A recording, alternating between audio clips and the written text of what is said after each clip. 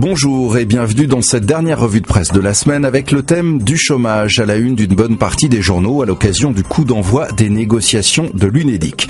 Les Échos titrent sur les idées chocs des grands patrons, car si les partenaires sociaux semblent tentés par un statu quo, y compris le MEDEF, dit le journal, l'association des 100 plus grandes entreprises de France prône de son côté un durcissement conséquent du côté de l'ouverture des droits, de la durée et du montant des indemnisations.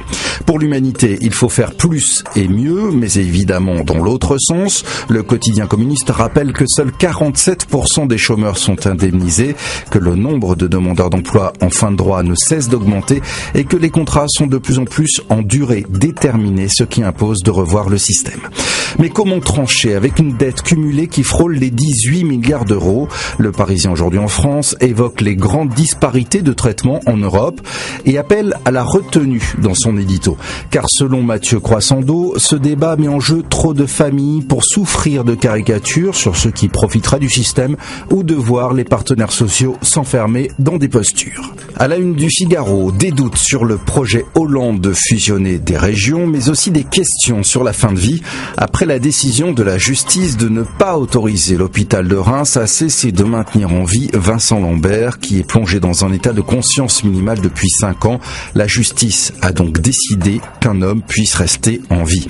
Ce n'est pas aussi simple pour Libération qui évoque une mort suspendue.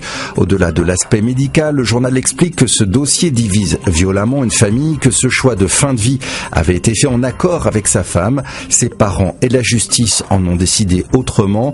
Est-ce au juge de faire de la médecine?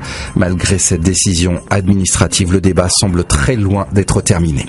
Pour vos lectures du week-end, du côté des hebdomadaires, peu de choix, c'est Hollande ou Hollande. L'Express évoque un discrédit du président suite aux révélations sur ses aventures. Même genre de photo avec un grand titre en jaune qui déménage dans Le Point et qui évoque à la fois le tournant économique décidé par le président et ses relations avec l'actrice Julie Gaillet. Du cinéma, du vrai, dans les Échos, avec le secteur du film d'animation qui espère être la star des Oscars à Hollywood, puisque sur les 5 films sélectionnés dans cette catégorie, 2 ont été fabriqués en France, Moi, moche et méchant, mais aussi Ernest et Célestine, verdict le 2 mars. Ce qui nous emmène tout naturellement à notre image du jour, dans Paris Match, qui célèbre le grand maître japonais du dessin animé, Miyazaki, qui prend sa retraite avec un dernier film et qui nous apprend, autre cocorico, qu'il est fan de sa 2 chevaux qu'il utilise tous les jours dans ses déplacements à Tokyo. C'est ainsi que l'on se quitte. Bon week-end à tous.